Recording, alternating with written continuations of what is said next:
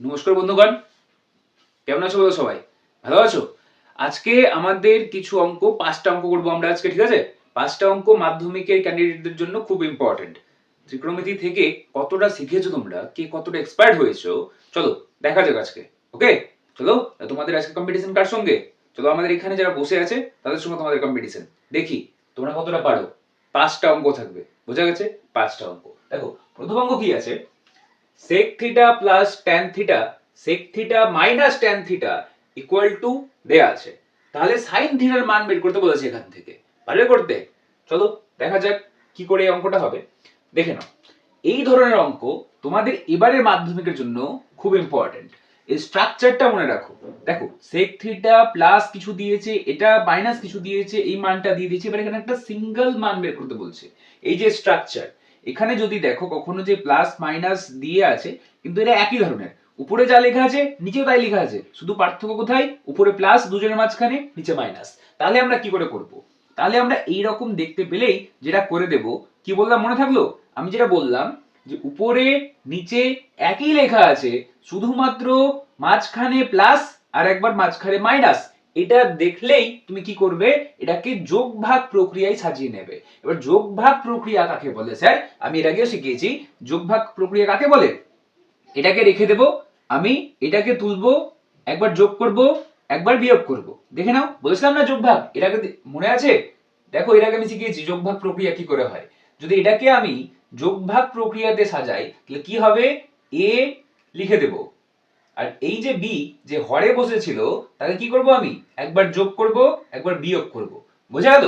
এটাকেই বলছি যোগ ভাগ প্রক্রিয়া। তাহলে যোগ ভাগ প্রক্রিয়াতে সাজিয়ে পাই, ঠিক এটাকেও আমি এভাবে সাজাবো। দেখো, উপরে কি আছে? যে উপরে আছে তাকে রেখে দাও।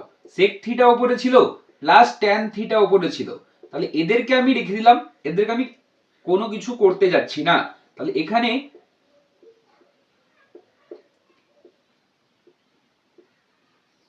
এ এর জায়গায় তো এটা বসেছিল, তাহলে এটা পুরোটাকে বসিয়ে দাও। এবার দেখো, এই যে হরে কে বসে আছে, এবার এটাকে তোলো, এটাকে তুলে নাও। একবার কি করব? যোগ। তাহলে sec থিটা মাইনাস কি হলো? tan থিটা হলো। আর একবার কি করবো? একে বিয়োগ। sec থিটা যেহেতু এর আগে থেকে মাইনাস ছিল, তো ওই জন্য এটা কি হয়ে যাবে? প্লাস হয়ে যাবে। বোঝা গেল? তাহলে এবার এইটুকু বুঝে গেছো। তাহলে এবার এখানে দেখো, এখানে এটাকে পূর্ণটাকে যদি আমি ভাঙি, তাহলে কি হবে? দেখো, এটা 80 আছে না? 79 মানে কি 80, তো 80 থেকে কত? 160। 160 থেকে 2 বার কত হলো? 158। 158 আর এইদিকে 50 50 200 আর 209। বোঝা গেল? এটা তো যোগভাগ প্রক্রিয়া হবে না, উভয় দিকেই যোগভাগ প্রক্রিয়া হবে। বোঝা গেছে? যোগভাগ প্রক্রিয়া কি উভয় দিকেই হবে।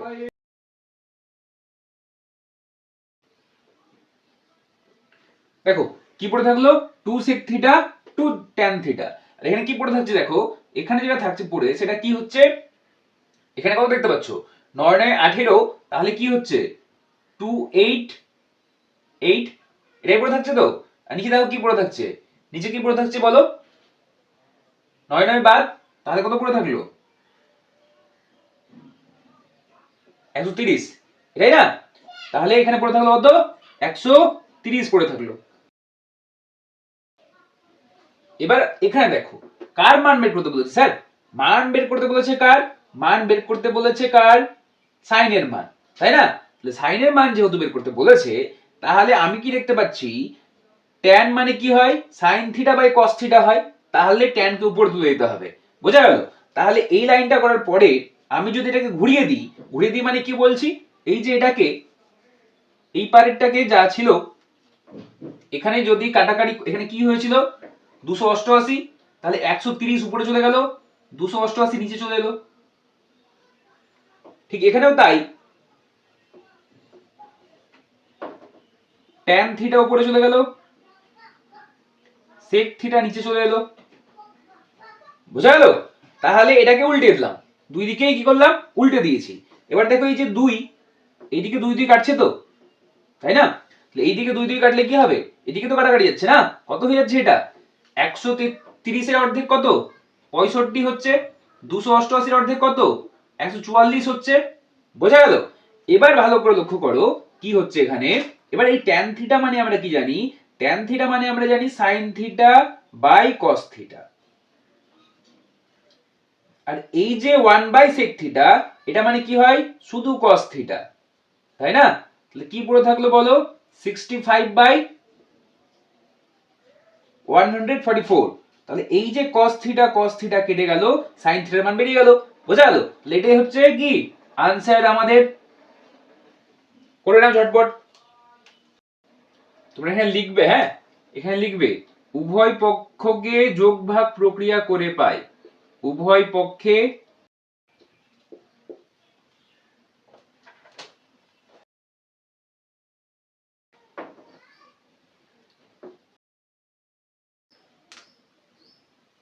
দুই নম্বর অঙ্ক দেখো কি বলছে। দেখো 2 নম্বর অঙ্ক বলেছে এটা 5 cot theta plus cosec theta by 5 cot theta minus cosec theta equal to দেওয়া আছে cos থিটার মান বের করতে বলেছে। কি আগের মতোই অঙ্ক, সেম দেখতে পাচ্ছ। আমি কি বললাম, আমি বললাম তো তোমাদেরকে যে দেখো উপরে নিচে স্ট্রাকচারটা দেখো একই রয়েছে, শুধুমাত্র প্লাস মাইনাসের হেরফের, তাই না? তাহলে কি করে করবে, সেম প্রসেসে। চলো স্টার্ট করো। তাহলে দেখো আমি একবারে করে দিচ্ছি, তোমরা স্টেপ বাই স্টেপ করো। এখানে লিখো যোগ ভাগ প্রক্রিয়া করে পাই। তাহলে কি হবে, যোগ ভাগ প্রক্রিয়া করবে, এটা একবার লিখতে, এটাকে দুইবার লিখবে, এই পুরোটাকে একবার প্লাস করবে আর মাইনাস করবে, তাই না? অসুবিধা হবে? অসুবিধা হওয়ার কথা না। দেখো তাহলে ওখানে কি হবে, যোগ ভাগ প্রক্রিয়া করে যদি আমি দেখি তাহলে যেটা আমি পাবো সেটা পাবো উপরে 10 cot থিটা পাবো।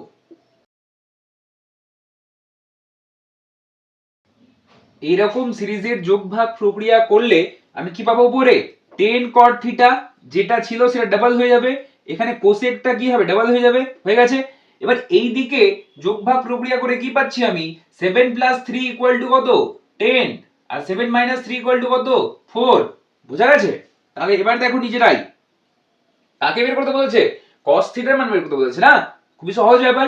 তাহলে দেখো তাহলে এই যে 10 ওইদিকে 10 উড়ে গেল, এখানকার 2 এখানকার 4, তাহলে এখানে কি পড়ে থাকছে বলো, এখানে যেটা পড়ে থাকছে সেটা আমি cot থিটাকে দেখতে পাচ্ছি পড়ে, আর কাকে দেখতে পাচ্ছি, আর দেখতে পাচ্ছি এখানে কোসেক কে পড়ে দেখতে পাচ্ছি। আর এদিকে কি হয়ে গেছে, এদিকে এটা 1 হয়ে গেছে, এদিকে এটা 2 হয়ে গেছে। বোঝা গেছে? দেখো দুই দিকে 10 আছে না উপরে, তো কি ভ্যানিস, এদিকে 2 এইদিকে কি 4, তাহলে কি হচ্ছে এখানে 1 আর এখানে কি 2, তো 1 বসে আছে, না বসে থাকা না বসে থাকা সমান একই ব্যাপার, আর এখানে 2 বসে আছে, তাহলে এইটুকু হলো। এবার এখান থেকে দেখো কি দেখতে পাচ্ছি আমি, এবার আমি দেখতে পাচ্ছি মান বের করতে বলছে cos এর মান, তো আমাকে যে করে হোক cos কে নিয়ে আসতে হবে। তাহলে আমরা কি জানি, cot থিটা মানে cos theta by sin theta, কি জানি cot থিটা মানে cos theta by sin theta sir. আর এই যে এটা ছিল 1 বাই কোসেক হয়েছিল, তো 1 বাই কোসেক মানে কি হয়, sin থিটা হয়, তাই না? তাহলে দেখো নিচে একটা sin থিটা পাচ্ছি, উপরে একটা sin থিটা পাচ্ছি, উড়ে গেল। তাহলে কি হয়ে গেল, তাহলে cos থিটার মান বেরোলো না, বেরোলো না, বেরিয়ে গেছে। তাহলে অতএব cos থিটার মান 1/2, এটা হচ্ছে আনসার। বোঝা গেছে? খুব সহজ অঙ্ক। আমি আবারও বলছি, এখানে তোমরা লিখে লিখে করবে উভয় পক্ষকে যোগ ভাগ প্রক্রিয়া করে পাই, তারপরে সাজাবে, তারপরে এটা এরকম করে নিয়ে আসবে। বোঝা গেছে? আমি একবারে করে নিলাম, তোমরা ওই রকম করে করবে, ঠিক আছে?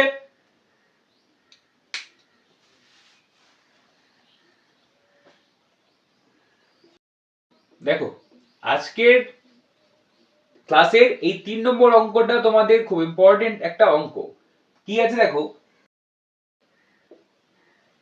দেখো কি বলেছে, বলেছে দেখাও যে এটা ইকুয়াল টু এটা, দ্যাট মিন্স প্রমাণ করতে বলেছে left hand side equal to right hand side, ঠিক আছে? তাহলে যদি প্রমাণ করতে বলে তুমি কোন সাইড নিয়ে করবে বলো, এটা থেকে এটা প্রমাণ করতে চাও নাকি এটা থেকে এটা প্রমাণ করতে চাও? যেটা থেকে করতে চাও সেটা থেকে হবে। চলো আমি দুই দিক থেকে করে দেখাচ্ছি তোমাদেরকে।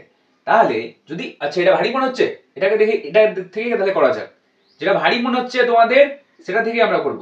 বোঝা গেছে? তাহলে রাইট হ্যান্ড সাইড,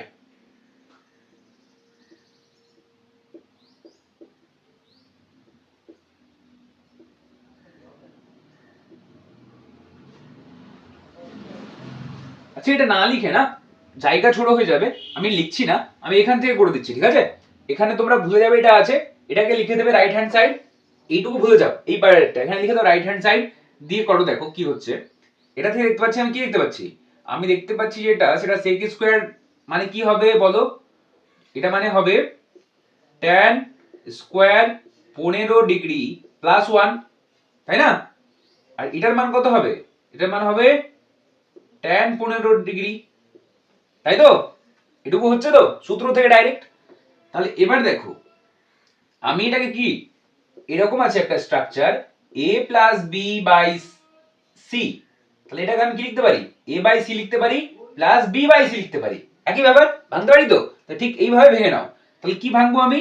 এটাকে আলাদা করে দিলাম, tan square 15 degree by tan 15 প্লাস 1 বাই tan 15 ডিগ্রি। বুঝা গেছে? এবার দেখো এখান থেকে কি পেলাম? কি পড়ে থাকলো? একটা tan 15 পড়ে থাকলো। আর এখানে কি হলো? 1 by tan equal to cot 15, তাই না? এবার দেখো এই যে tan 15 ডিগ্রি প্লাস এই cot 15 কে আমি কি লিখতে পারি?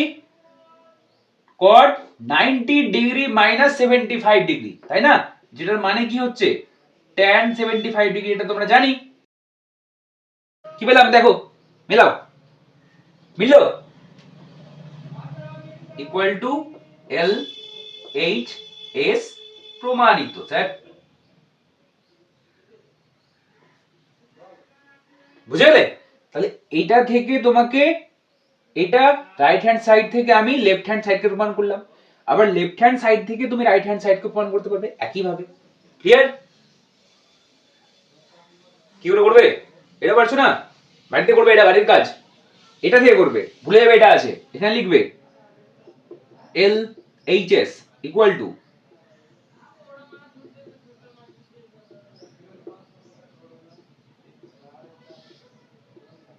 এটা করবে। এবার আমি যা করেছি না এখান থেকে উল্টো হয়ে যাবে। দেখো এটা ছিল, এটার পরে কি লাইন আসবে? এটা লাইন আসবে, তারপর কি লাইন আসবে? এটা লাইন আসবে, তারপর কি আসবে? এটা, তারপরে ওটা, ব্যাস কমপ্লিট। বোঝা গেছে? ক্লিয়ার হয়ে গেছে? করে নাও ঝটপট এটা অঙ্ক। এই অঙ্কটা কিন্তু খুব ইম্পর্টেন্ট মাধ্যমিকের জন্য। হ্যাঁ, আরো একটা আছে ইম্পর্টেন্ট, আজকে 5টা অঙ্কের মধ্যে 2টো অঙ্ক খুব ইম্পর্টেন্ট। আর এই যে আফিফা, তোমাকে বলছি এটা প্রমাণ করতে বলেছিল, দেখাতে বলেছিল, হ্যাঁ, মান বের করতে বলেনি যে তুমি দুটোকে নিয়ে অঙ্ক করবে। ঠিক আছে? যে কোনো একটা সাইডকে নিয়ে অঙ্ক করব আমি, একটা সাইডকে নিয়ে আরেকটা সাইডকে দেখাতে হবে। বোঝা গেছে?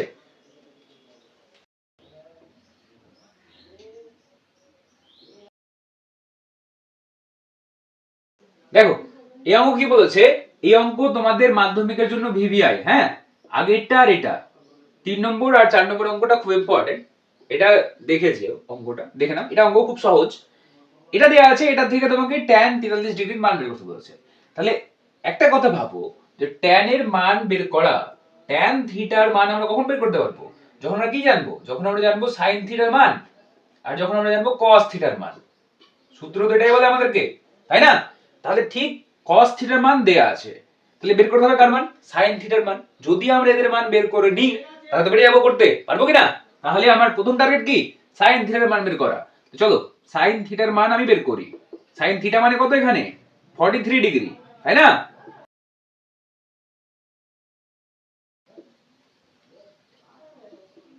এখান থেকে কি পাবে দেখো, x square plus y square minus x square, তার উপরে কি পড়ে থাকলো? y স্কয়ার পড়ে থাকছে উপরে, y স্কয়ার পড়ে থাকছে, আর নিচে কি পড়ে থাকছে? x square plus y square, তাই না? তাহলে এখান থেকে আমি পাচ্ছি কি? এখান থেকে আমি পাচ্ছি যেটা সেটা হচ্ছে y by x square plus y square, তাই তো? তাহলে প্লাসের মানটাই ধরবো আমরা, মাইনাসের মানটা ধরবো না। কেন ধরবো না স্যার? এখানে ব্র্যাকেটে লিখে দেবে, ব্র্যাকেটে লিখে দেবে যেহেতু 43 ডিগ্রি ধনাত্মক সূক্ষ্মকোণ তাই sin 43 ডিগ্রির মান ধনাত্মক হবে। বোঝা গেল? ব্র্যাকেটে কি লিখতে বললাম? যেহেতু 43 ডিগ্রি একটি ধনাত্মক সূক্ষ্মকোণ তাই sin 43 ডিগ্রির মান ধনাত্মক হবে। বোঝা গেছে? কারণ তোমরা জানো তো যে √4 এর মান কি হয়? +2 ও হয়, আবার -2 ও হয়, তাই না? তাহলে -2 +2 দুটোই হয়, তাহলে সেখানে আমি ধনাত্মক মানটাকে ধরবো। কেন ধরবো? বোঝা গেল? কারণ 43 ডিগ্রি কি ধনাত্মক সূক্ষ্মকোণ। বোঝা গেছে? দেখো sin থিটার মান পেয়ে গেছো। তাহলে এবার সাজাও অঙ্ক। এবার আমাদের অঙ্ক শুরু হবে। দেখো tan 43 ডিগ্রিকে আমি কি লিখতে পারি, tan 90 ডিগ্রি মাইনাস কত আছে এটা, tan 43 আছে, এটা একবার বেরিয়ে যাবে তাই না, এটা একটু কমপ্লেক্স করে দাও এটাকে একটু, ঠিক আছে, tan 47 ডিগ্রির মান। তাহলে কি বের করতে বলছে আমাকে, tan 47 ডিগ্রির মান, এটাকে আমি কি লিখতে পারি, tan 90 degree minus 43 degree equal to cot 43 degree. যদি tan 43 বলতাম ডাইরেক্ট বেরিয়ে যেত, মজা আসতো না অঙ্কতে, তাই জন্য এটাকে একটু চেঞ্জ করে দিয়েছি, ঠিক আছে, ভয় পাওয়ানোর জন্য। দেখছো অঙ্ক তুমি বানাতে পারবে নিয়ে নিজে। দেখো এবার এই জায়গাটা দেখো, cot 43 এর মানে কি হয়, এর মানে হয় cos 43 বাই sin 43। এদের মান তুমি জানো, দেখো আছে এদের মান দেয়া, ও সরি এখানে একটা রুট হবে রে, আছে। তাহলে এবার নিজেরাই দেখো cos এর মান কি বলছে, x by root over x square plus y square into 1 by sin, আছে না 1 বাই sin এর মান কত, এটা তুমি উল্টে দাও তো উপরেটা নিচে চলে যাবে, গুণ করলে এটা এটা কেটে গেল, কত করে থাকলো x বাই y, বুঝা গেছে কি করে থাকলো x বাই y। তাহলে এটাই হচ্ছে आंसर। এই অঙ্কটাও তোমাদের মাধ্যমিকের জন্য খুব ইম্পর্টেন্ট অঙ্ক, খুবই সহজ অঙ্ক, দেখো হালুয়া টাইপের অঙ্ক, এই অঙ্ক পারবে না, ঠিক না পারলে তো হচ্ছে মাংস হয়ে যাবে রে, করো তাড়াতাড়ি।